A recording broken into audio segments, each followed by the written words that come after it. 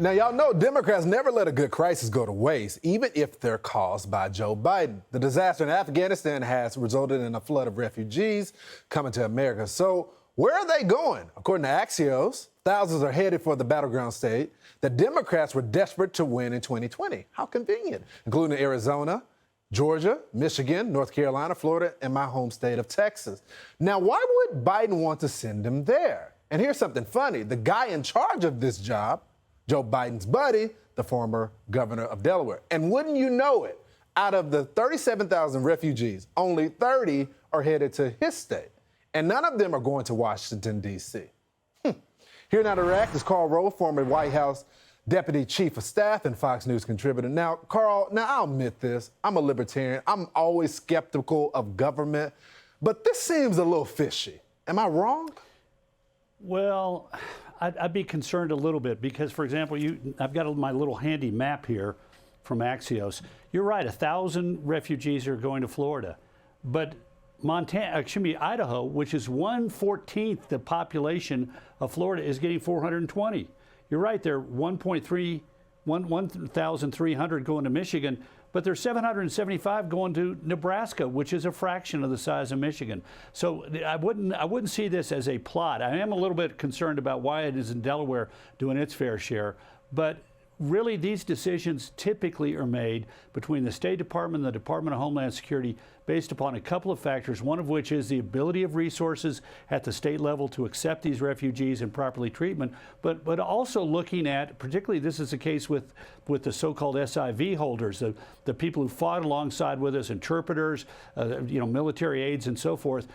They have sponsors, and the question is, where is their sponsor, the person who's willing to help make certain that they get settled in the United States and start to make their life here in our country. So I wouldn't say this is all sort of some DNC representative sitting in some weird office in Washington saying, let's have these people put in certain states so that 15 years from now, 18 years from now, if they become U.S. citizens, they'll vote Democrat in a battleground state for us. I think it's not that underhanded.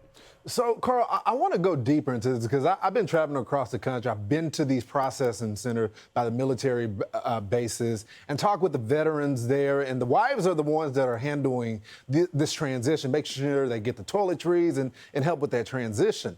Part of the reason why they wanted to do it is not just out of the goodness of their heart, and they were very nice people, but they were promised that these were people that helped America in Afghanistan. But we don't know for sure all those folks are right now. So what do you know about that? When are we going to start this process where we know these are the people that were on the battlefield with our troops and their families? Yeah. Well, first of all, there is some processing going on every one of these individuals. In fact, in the first wave, there was a report that 44 people out of the first wave of several thousand were immediately sent back out of the country because we had intelligence that these were not good actors and had no involvement with U.S. military forces. We've got a pretty good handle on who did help the United States. Some of them went through the SIV process, but others have people who are willing to stand up and say, this person was helpful to our unit in the following manner. So we've got to put an emphasis on that. We've got to treat every one of these people, though, as someone worthy of further consideration and further observation. We can't just sort of say, welcome to the United States, have a good life. We've got to monitor these people. But, we have a moral obligation to these people. I'm old enough to remember what happened after the end of the Vietnam War and when we had a lot of Vietnamese refugees, particularly in our home state of Texas. You may remember we had a real kerfluffle down on the coast when a lot of those Vietnamese refugees went back to what they were doing back in Vietnam, which was fishing. But nonetheless, they have become an important part of our country. And I think the same thing will happen with these Afghans. They came here not because they wanted to, they wanted to get away from the Taliban. They wanted to stand with the values that they have fought for and stood for, many of them, for the last 20 years. Karl, I definitely think America has to keep its commitment.